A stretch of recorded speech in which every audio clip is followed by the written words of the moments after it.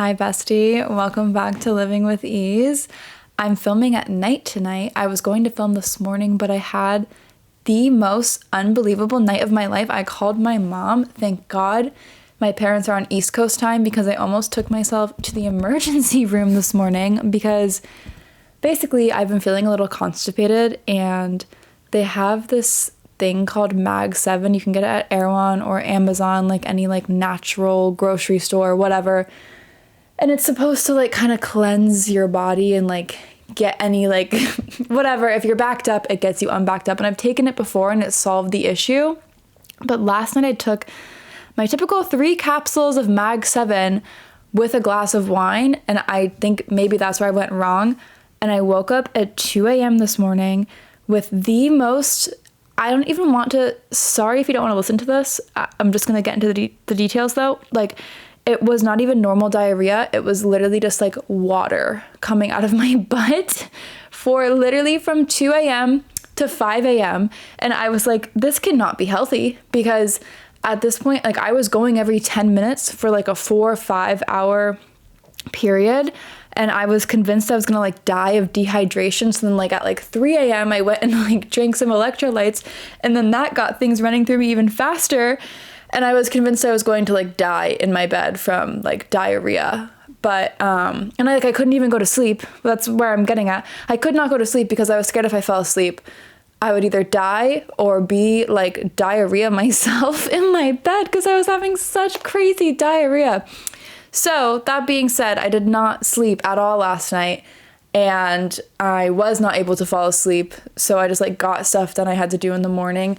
And then I took like a nap from like 1 p.m. until 4 or 5. Now I just had dinner. It's 9 p.m. I have Celia sitting with me. She's sitting in the corner of my room right now as I record. We're having wine and I'm going to do a little Q&A. I thought it would be a fun way to let you tell me what you want to hear from me. And if you don't follow me on Instagram, I'm going to do like more Q&As in the future. Actually, next week, let me know if you want this. I think Celia is going to come over this weekend and we're going to do like a Q&A like bestie edition, which I think would be really cute. So if you want that and your question does not get answered today, I'll be doing like a second round of Q&As. But anyway, I guess we'll just get into it. I haven't looked at any of the questions yet. I just screenshotted them all on my phone and we're going to go through them. Some I'll probably skip, some I won't. I'm not going to skip like juicy ones. I'm just going to skip like maybe a bit of mundane ones, but I'm just gonna go through right now and start this Q&A and we'll go on this journey together of questions. Starting strong with best Taco Bell item.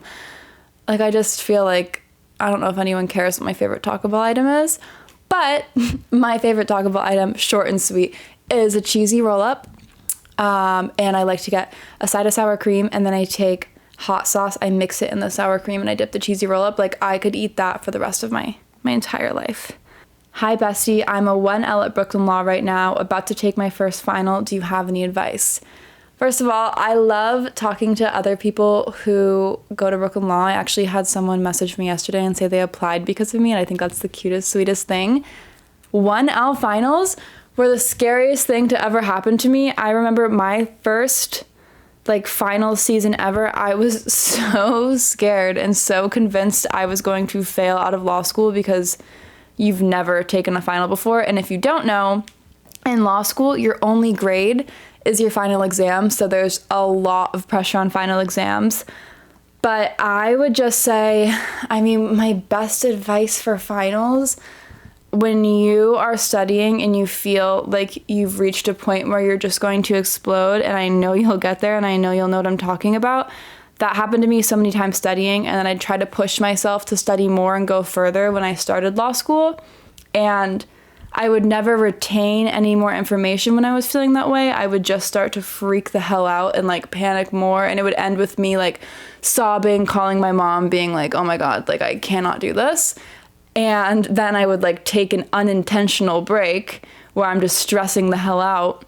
And I know with like reading period, you feel like you don't have a lot of time to study, but I'm telling you, there have been some final exams where I felt that way. I felt like I was gonna explode, didn't even finish my outline and still like did well in the exams. And I really think that's because like obviously your outline and like studying helps you, but you did learn obviously something during the course, and it's better to go into an exam at a certain extent mentally sound and like feeling okay rather than like going like completely drained with no energy and like your brain is fried. So I think just like go easy on yourself, and if you feel like you're gonna explode from studying, take a break and like be intentional about taking the break rather than like take an unintentional break where you feel like you're gonna explode and then it's not even beneficial. Recognize when you feel that way, take the night off, take a half an hour off. I've taken days off before, like, and it feels weird, but that was like how I made it through law school, was allowing myself breaks when I felt that way. If I did not allow myself breaks, I don't think I would have made it through. So, do you think people's opinions have changed about you now that you're in LA, especially online? Definitely, for sure. Celia's laughing in the corner. Oh my God, yeah. When I announced I was moving to LA, everyone was like, oh great, like, well, unfollow now. And I'm like, okay. Like, everyone just, when I moved to LA, it started like a riot online. People were so angry. I actually remember like calling my manager at the time, like crying, and I was like, I don't know what to do because I was excited about this. Now everyone's so mad and I think my life is over. Yeah, no, I think like the fact that I'm in LA now, and I get it, like I know what people mean and what people thought I was going to turn into and what people like think I am, but people are definitely so much harsher on me now that I live in LA because I think they just...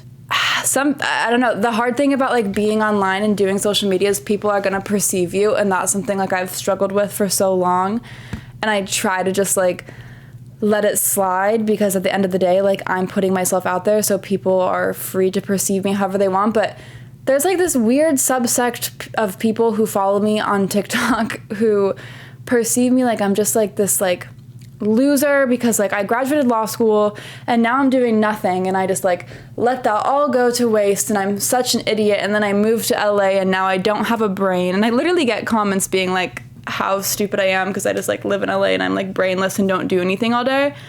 So yeah, I don't think LA has like helped. I think like me not pursuing a career in law right now and also living in LA has not helped, and I know like I haven't changed negatively. I don't think. I feel like happier than I have in a long time. But I think, yeah, the perception, people definitely like perceive me as like some like evil influencer in LA. And like, I'm not like saying I'm perfect. I'm not perfect, but I do feel like people go like really hard on me on social media. I'm not saying like a woe is me. I'm just like, I don't know why. Maybe it's because I guess I was in law school and then I decided not to be a lawyer and it didn't fit people's storylines and it pissed them off. But like, every single day, like, I post and people are like, can you get a job? Like, you're so lazy, like, get a job. Like, oh yeah, so I failed the MPRE again. I have to retake it. And like, I got so many comments. I had to block a few accounts being like, oh my God, like, what an idiot. Like, you're such a loser. Like, get a job. You're so lazy. Like, you're not cut out for this. And I'm just like, I'm not saying it's just me. I'm sure it's not me. But I feel like a lot of other people who do social media full time don't have people like constantly telling them to get a job. Like, this is my job and I'm very grateful. And of course, it's a very easy job and I recognize that. But I know myself and I don't think I've become the evil LA influencer that some may think I am. And the messy women are happier than ever in LA. They absolutely love it here because my favorite thing about living in LA is I can open the windows and I have screens, which in New York I didn't. And they love sitting at the screens in the morning, like listening to the birds. It's the sweetest thing in the world. Is there anything you miss about New York now that you're in LA? No. I thought when I moved to LA, I would freak the hell out and be like, why did I leave New York? And like, obviously, aside from like the people in New York, there's like a few people that I'm close to in New York. And aside from that, like I didn't really have that many friends in New York, so there's not that much to miss. I was just so unhappy in New York and I thought I wanted to be there so bad and like forced myself. I don't really know if I ever liked New York, if I'm being honest. I just wanted to like New York and I was always trying to convince myself I liked New York. And then I was distracted by law school. I lived there.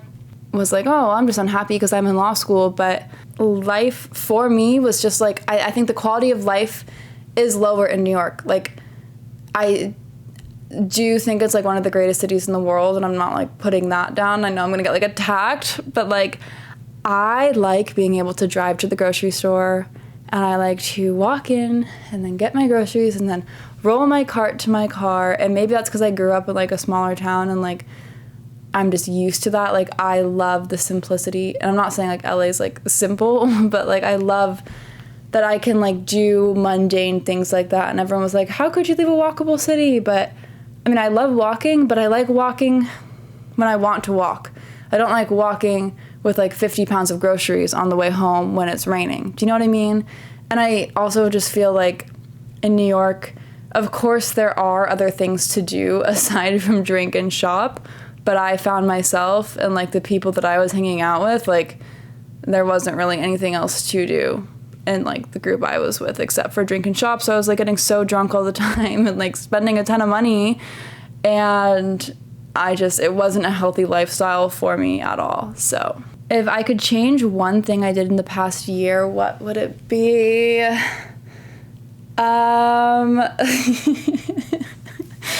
Celia's laughing. I don't even know what you're thinking about.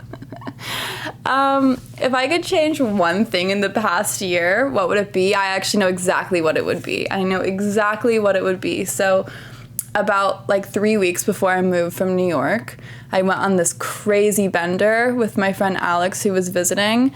And like, because it was like my last like weekend there with her.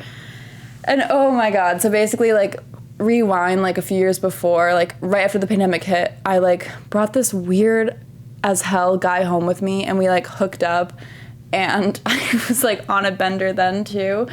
And then he like ghosted me, and I was Celia's really cracking up. He ghosted me, and I was like upset about it at the time, but he's like weird as hell. And like then I realized it's just like the first guy I'd had sex with in like 2.5 years, and I definitely shouldn't have had sex with him. He was so weird. Alex and I flash forward like 2 years later, haven't spoken to this man, don't want to speak to this man. At this point I'm like disturbed that I ever hooked up with him. But we started the day with like mimosas, and then we found ourselves a Balthazar like 6-7 cocktails in. Like it was insane. I don't know what was going through our head. And then we went back to my apartment, and I was like, let's go out. And like we were like, well, we don't want to go out just the two of us. And like I never had like a big friend group in New York, never. So it'd be like I'd go out with like guys or like just like a bar. I feel like it's kind of weird to go out to a club by yourself. Although I have done that. Well, I met people there. But anyway, I was like, oh, who can I call? And then I was like, well, let me call this man. And still to this day, I don't even want to bring attention to it, but whatever. If you search my name on TikTok, it's still the first video that comes up, like, because people reposted it. It makes me want to die. Imagine like being so embarrassed about something and then everyone reposted it. But yeah, I called him up and I was like, hey, do you want to go out? Because he was very much like, loved going to clubs. And he was like, of course. And he comes over, and this is where everything went so wrong. Yeah, basically I was super drunk and I made a TikTok with him, and I was like, oh my gosh, like if you ever get ghosted, like this will make you feel better because this man ghosted me and now he regrets it. And like in the video, he's like being like, oh yeah, like I regret it, like love you. And I posted it. First of all, first red flag, he got like really upset that I didn't tag him in it. Like he was so upset that he wasn't tagged and wasn't like getting people to go to his profile. And like as soon as I posted it, so many of you were commenting, and I love you guys for this, were commenting and being like, bestie, like you might want to like take this video down, like you're not going to be happy about this in the morning. And I was like, oh, like whatever, it's a funny video, like. And yeah, I was not happy about it in the morning. I was mortified. Also, yeah, we did end up going to a club with this man. We went to Little Sister, and this part's terrible too. Oh God, I was so drunk. And then he like bought us a table, just me and Alex and him, which is so weird. And got us like a bottle of 1942. Alex and I are drinking it, which leads me to, unfortunately, and I hate to say this, it's the first time admitting this, yeah, we made out, and it wasn't great. I made out with him in front of everyone, and the worst part about that is that the girl who like brought us to our table followed me on TikTok, and to this day I felt mortified that you witnessed me make out with him. So to that I say, yeah, I mean, if I could go back in time, that's the one thing I wouldn't do this year, is to do that, because nothing really came out of it. It was terrible. In the morning, I was so embarrassed. The video had already been reposted like multiple times. I called my mom sobbing and I was like, I'm never gonna get over this. And like, obviously I did, but I was also so hungover. It was like a 2-week anxiety, serious like spiral. And then he like texted me in the morning and he was like, that video was hilarious. I never texted him back. Yeah, that's my one regret of 2023. Ew. How am I feeling on my anxiety meds? I am feeling, I think, better. Obviously, it's only been like 2.5 weeks, and I know they take like a month or whatever to start like really going into effect. But I will say, like, as I've talked to you about before, like, I feel like a lot of my issue is I spiral and panic about like the unknown. That's been like my really big OCD issue lately.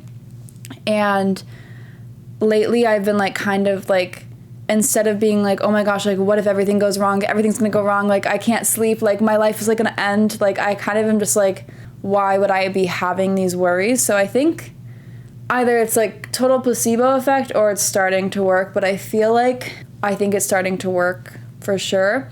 But I don't know if I'm sick or if it's the meds, but like this week, and let me know if you take meds and you've had this, like I've been so tired, and some of you told me on TikTok that like this is like a thing. Like I have been sleeping like 15 hours a day. Like I go to bed at 7 p.m. and like wake up at 7 a.m. like full 12 hours, and then I take a nap, and that's like very unlike me. So like I don't know if I'm sick right now or if it's the Prozac, but I've been like really tired.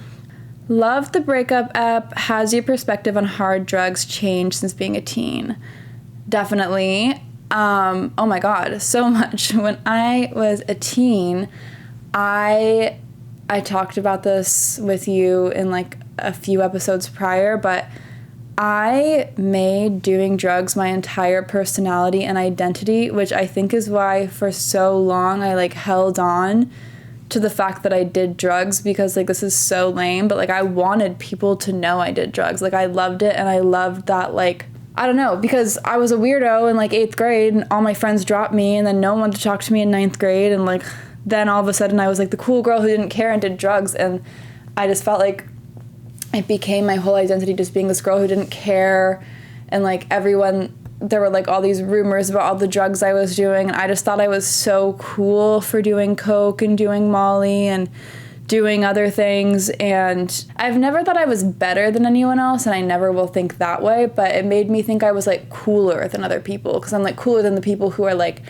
not doing drugs, which in retrospect, like I don't want to say like I go back in time and do anything differently, because I think everything happens for a reason. Sometimes I do like think back on high school actually a lot, and I'm like, wow, like I probably would have been so much happier if I just led like a normal life, like cared about school a little bit more, like got good grades, like drank a little bit on the weekend, but like wasn't going on coke and Molly benders. And I do think, I'm sure it's affected my brain negatively, because I started doing Molly like the day after I turned 15 and was doing it every weekend, and they say like Molly can put holes in your brain. And also the Molly we were doing wasn't Molly. Side note, one time I accidentally did meth because I thought it was Molly, and I'll never forget this day. It was me, my boyfriend, and his best friend, and we took like this Molly that was like pink crystals, and we had never had like pink Molly before, but the guy was like, oh, this is like the good Molly. And so like we took it, whatever, and we used to like eat it, and it was taking longer to hit. I remember this day so vividly, and like an hour had gone by and none of us felt anything. So we were like, okay, should we take more? And so we all took more, and then we're like walking over this bridge, it's raining, and then like the sky opens up, like a rainbow goes across the bridge, and like we all are like, oh my God, do you feel that? And like we had like the best day of our lives. So it was like a really crazy high. Like we all felt kind of like out of control. And then we like texted the dealer and we were like, oh my God, like that was such good Molly. And turns out he texted us back and he was like, guys, like I'm so sorry, but that was not Molly, that was crystal meth. And we were like, wow, okay, well, so like, I mean, I just can't imagine like my brain is doing well. And also like the other times we would do Molly, it was like M1, it wasn't Molly, which is like a synthetic version of MDMA. Anyway, whole point being, I think my brain probably has like damage, and I do wonder if like my anxiety is worse because of that. But also, I just like would be too scared to do drugs anymore. Like I don't look down on anyone who does drugs, like I'll still like go out and like see people do drugs, and I'm not like, oh my God, like don't do that. Like I don't have a problem with people who do it, but I just know like after I had my whole like mental breakdown my freshman year, like I promised myself that I would never do drugs again. And like also like I promised like my family, and I would just feel like I would feel too guilty to ever do them again, but I also have no desire. And it's just so crazy to me because I would be so scared to do Molly or Coke now, or like anything like that. Like I'd be terrified. I'd have a panic attack, like waiting for it to hit. And like back in the day, I was just doing like line after line and just like putting things up my nose that I didn't even know where they came from. And thank God fentanyl wasn't an issue then, because if it was, like probably wouldn't be here. Like, so yeah, very different perspective now. I'd be way too scared to do anything, and I don't think it's cool to do drugs like I did. I thought I was like so cool, and now I am just like, maybe I should have lived a more wholesome life in high school, but I guess then I wouldn't be where I am now, so I don't regret anything. It's just definitely different perspective. Tips for anxiety. I've been struggling so much lately. First of all, bestie, I'm so sorry you've been struggling a lot lately, and with you there, I wish I had like a perfect solution to anxiety, and I don't. I mean, I think going on medication, like I was just talking about, did and is starting to help. But aside from medication, I saw this TikTok recently, and it was like some people are programmed and like they just wake up happy, and like some people, they have to actively do things to make themselves happy. And I feel that way like about myself with happiness and anxiety. And like I know, like for example, this week, honestly, being totally transparent, I've had like a very anxious week, and I have been feeling kind of sick, but I've also not been that sick, but I've been like using it as an excuse to lay in bed all day, and it's not good. And like I think that's a very easy way to get into a depressive hole. So when I try to get out of those holes, which I will be starting again tomorrow, and like get less anxious, I think my number one thing that helps me with anxiety is exercise of some sort. It doesn't have to be anything crazy, but my mom would always, whenever I was going through anything in life, she would always make me go for a walk with her. And I would always be so mad in the moment and be like, I don't want to go for a walk. Like, I just want to sit at home and cry. And she'd force me to. And I would be so mad at my mom. But then by the time, like, halfway through the walk is over, I would feel so much better. I really think walking helps so much. And there's so many times where I feel too anxious to walk, especially like in LA. I don't know why, but I feel like more exposed, like walking. Like I'll go places walking, but I'm like worried like I'm gonna run into people. I don't know, it's like this weird thing I have, and it just like distracts me from my walk. And then it's like a fun thing, or like if I have a really good audiobook, I love having a good audiobook, and that makes me want to walk, and it gets me out of my head. I think there's something about like being outside and walking that just, it helps so much, and it's just inspiring me to like start walking again. Yeah, I think walking is like my number one anxiety like helper. But I also think like another thing that makes me really anxious that I've been trying to kick the habit of is I try to, and by try to, like I'm not, like I've been really bad about it, especially this week. I blamed my diarrhea last night because I had to have my phone next to me in case I needed to call 911.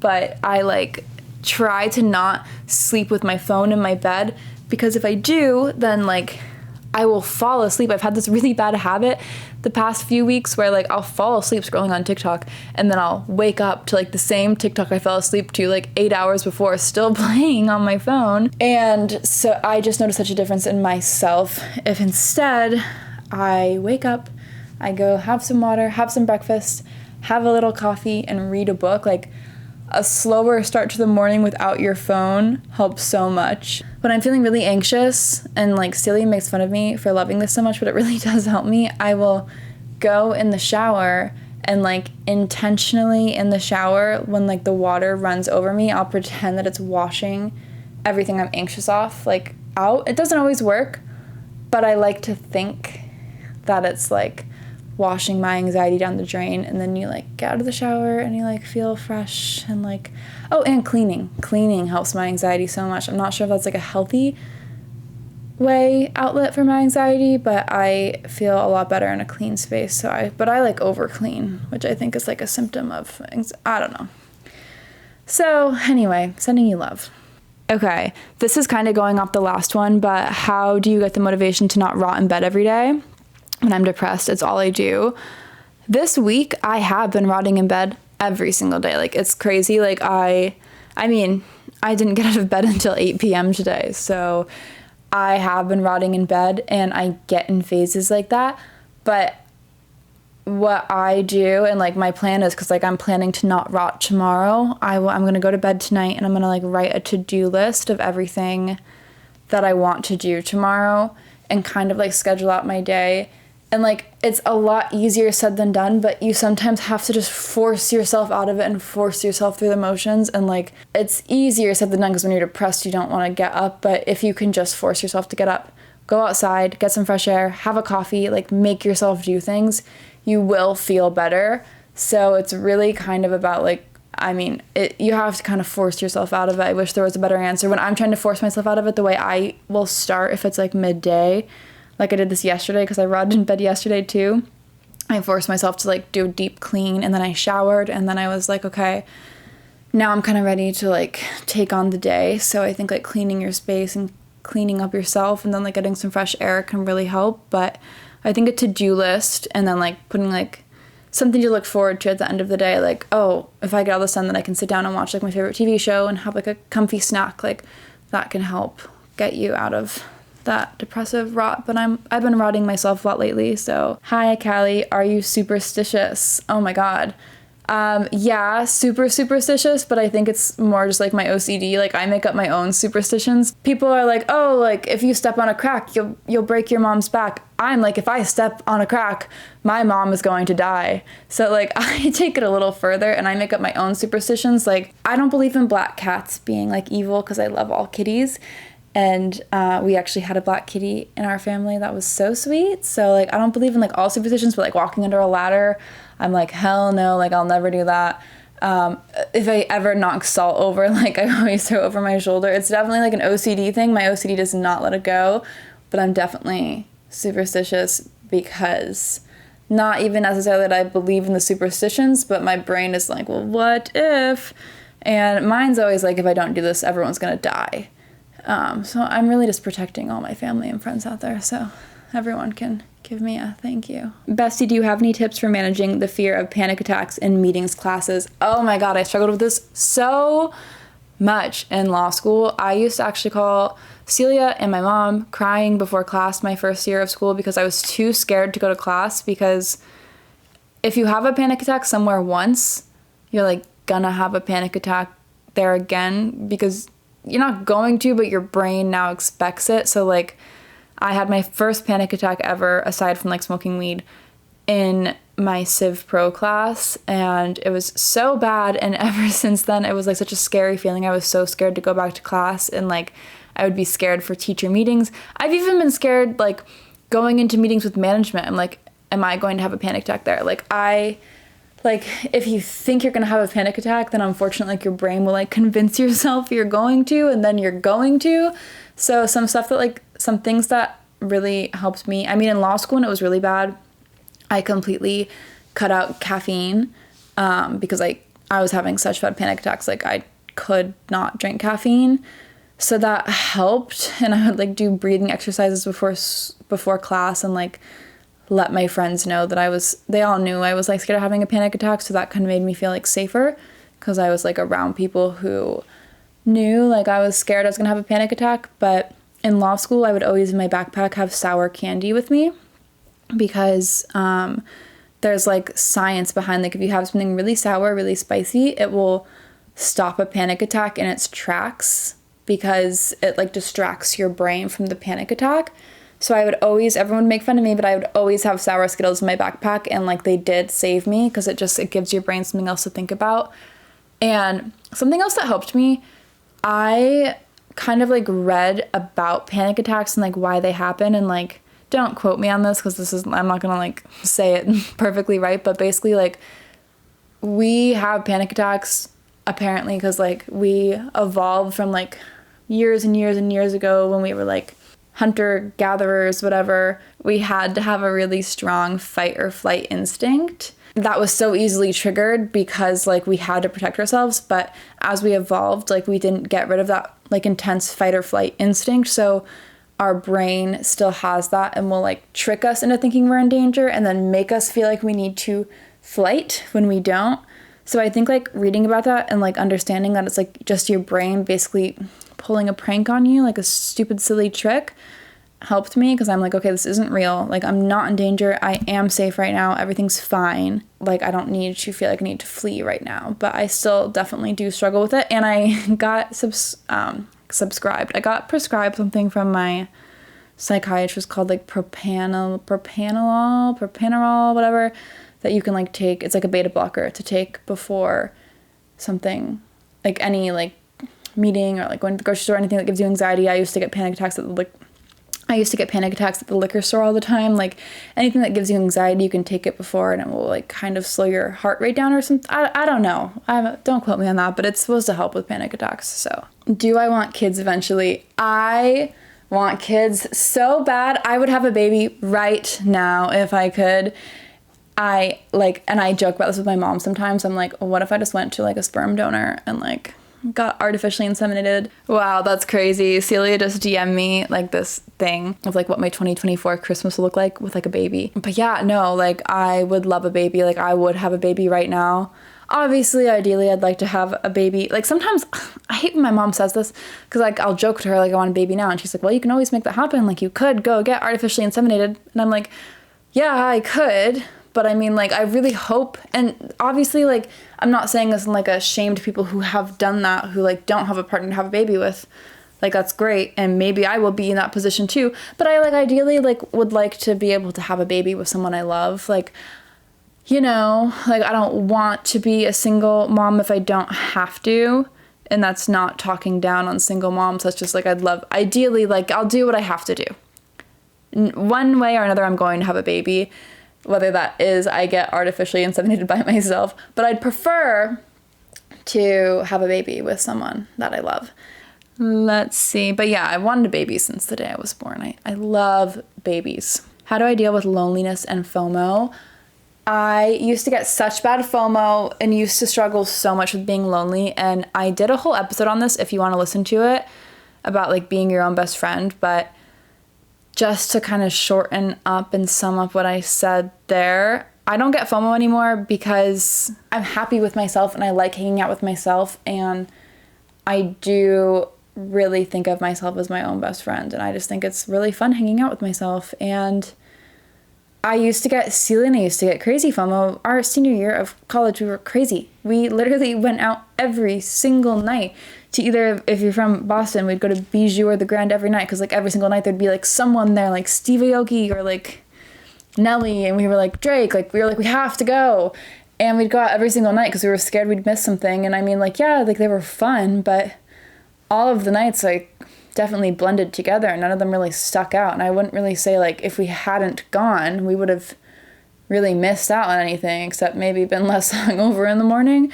So not to say like those weren't like such fun nights. It's just kind of like, I feel like we get FOMO with like the expectation of what something's going to be, but it's more like I get FOMO because I'm like embarrassed that I'm not there and I'm not doing something. For example, for New Year's Eve, like I feel a little embarrassed that I don't have New Year's Eve plans and I'll be spending it by myself. But I feel like for me, it's like my perception of what other people think about me. And I know I'm not weird. It's totally okay to be by yourself and not doing something on a Friday night. I've spent many Friday nights by myself, and I will spend many more Friday nights by myself. So, okay, this is getting pretty long. I got so many questions from you guys, so maybe I'll do a part 2. Someone said, have you always been a cat person? Did you have a dog growing up? I've always been a cat person. This is actually like, I'm very proud of this. My first word ever was kitty, and I've had a cat since I was like 1. And I've never not had a cat since. I am such a kitty girl. I've always loved kitties. They've always been my favorite animal. I'd always be a cat for Halloween. I love cats so much. And I did have a dog growing up too, Kaya. She was an angel. She was very crazy. But I loved her. But I'm just definitely more of a cat person for sure. Okay. How to build respect in relationships while being a sexually liberal person, they said. I don't know if my mom even remembers saying this to me, and I don't remember if it was like, I think it was after my ex-boyfriend at the time had called me a cum dumpster, and I was like really upset about it. And I remember my mom at some point, I think it was then, basically telling me like, doesn't matter, like being a slut is not like how many people you sleep with. Like you can have sex with as many people and like that doesn't make you a slut. It's like no one is a slut, but the point she's trying to get across is like having sex with people does not make you a slut. I guess it's more like, I don't know, if you're like having sex with all your friends' boyfriends, then maybe that is a bit promiscuous, slutty behavior. I would say that is more the definition of a slut, because it's like, I feel like a slut, you have to have like bad intentions with like the sex you're having, and like I was never having like bad intentions. And I'll just say now, like my body count's pretty high. I've had sex with a lot of people, and I'm not saying that like, oh, I've had sex with a lot of people, like it's not great. Like I am ashamed of, seriously, like probably like 90% of the people I've had sex with, like I would not be proud to admit I've had sex with them.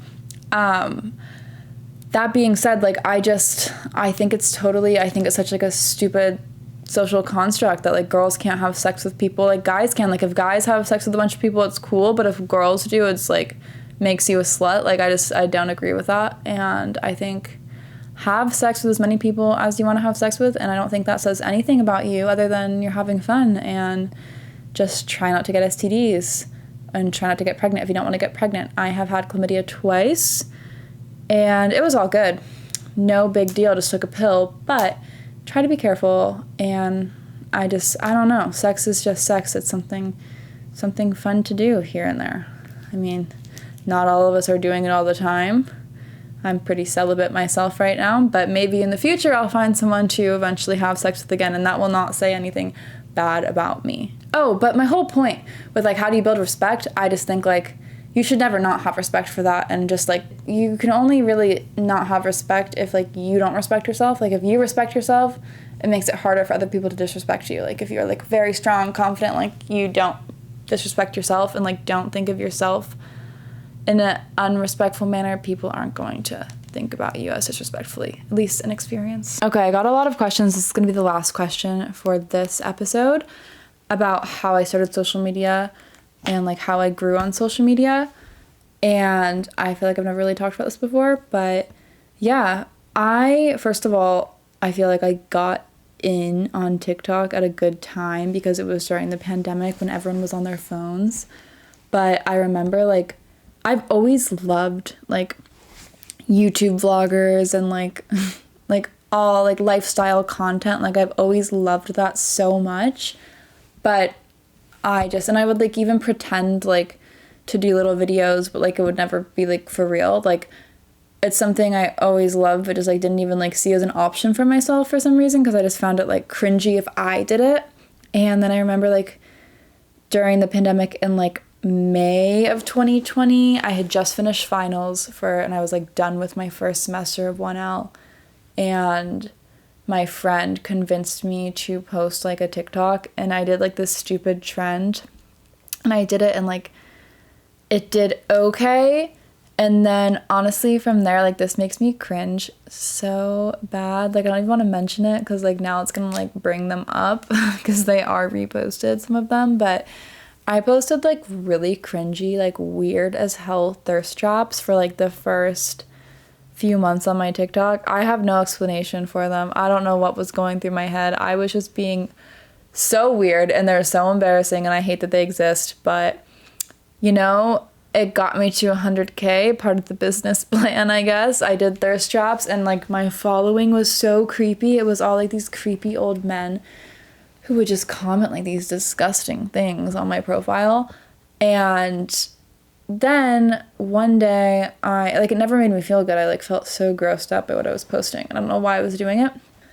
And then one day, like I posted like a shower routine, and it like kind of took off. And then I was like, wait, like I could be doing vlogs too. And so I just started posting, and consistently, I think like consistency really, really helped. I followed like a rule where like I would make myself post 3 times a day. And like when I started posting, I was so embarrassed. Like I was just constantly embarrassed. Like it was painful. I was cringing so bad all the time. And I was like, what will people think? And I still feel that way. Like I still feel so embarrassed when I post on Instagram, because like I know people I know are gonna see it, even though I know people I know will see it on TikTok too. But all I'm gonna say is like, yeah, it embarrassed me, and yeah, sometimes it does embarrass me, but it has changed my life. Like, obviously, like I would not have any of this if it weren't for being embarrassed on TikTok. And so I've always tried to keep it like very real on TikTok and like overshare. I think like you kind of have to overshare a little bit to grow a close community. And I do feel like with my community, we are all so close, and that's because like, I mean, if you've been around for like however long, like you've been with me through so much. And like I've said before, like I'm so grateful because I never feel lonely with you guys, because you know what I'm going through all the time. And I think that has helped make people feel close to me, if that makes sense. So yeah, I think like just consistency and like being open and like trying new things and figuring out what works, like some things. And I still am doing this, like I'll still figure out like some things work, some things don't. Like it's really trial and error. And like the TikTok algorithm like sucks. Like, you know, like sometimes it'll be like, oh, like let's have this video go viral, and then like sometimes it will like not push any of your videos out. So I think it's just like all about trial and error and consistency and being yourself and not posting weird thirst traps that will resurface. So anyway, for next week's episode, I think Celia and I are going to record it this weekend and I need to get like another mic, but I think we're going to do like a little BFF episode. We've been best friends since 4th grade, so I think it will be really cute. So I'll post another Instagram, but if you guys want to DM me questions for next week, or if I didn't answer a question this week, let me know. And yeah, I love you guys. I'm finally going to go to bed because I'm still reeling and recovering from last night's diarrhea. So keep me in your thoughts, guys, and I'll talk to you soon. Love you.